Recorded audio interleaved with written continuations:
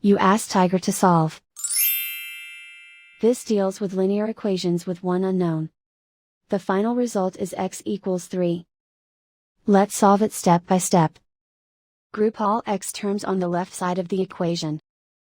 Subtract 1 over 3x from both sides. Group like terms. Group the coefficients. Convert the integer into a fraction. Combine the fractions. Combine the numerators. Group like terms. Combine the fractions.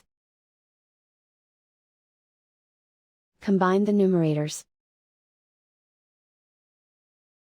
Reduce the zero numerator. Simplify the arithmetic.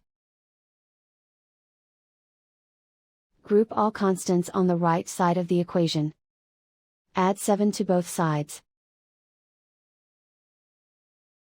Simplify the arithmetic.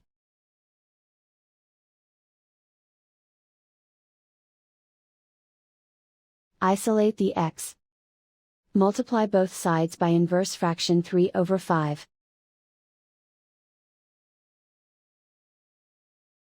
Group like terms. Multiply the coefficients. Simplify the fraction. Multiply the fractions. Simplify the arithmetic. And so the final result is x equals 3.